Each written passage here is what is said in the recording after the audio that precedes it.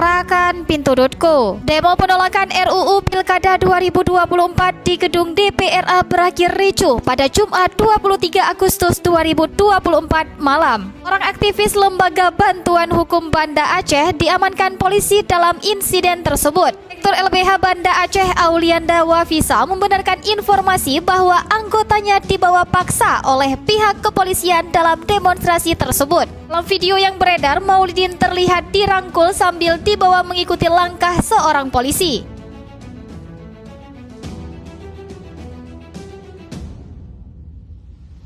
Sebelumnya, demo mahasiswa penolakan revisi Undang-Undang Pemilihan Kepala Daerah di gedung DPRA ricuh. Membubarkan massa dengan menggunakan water cannon atau gas air mata.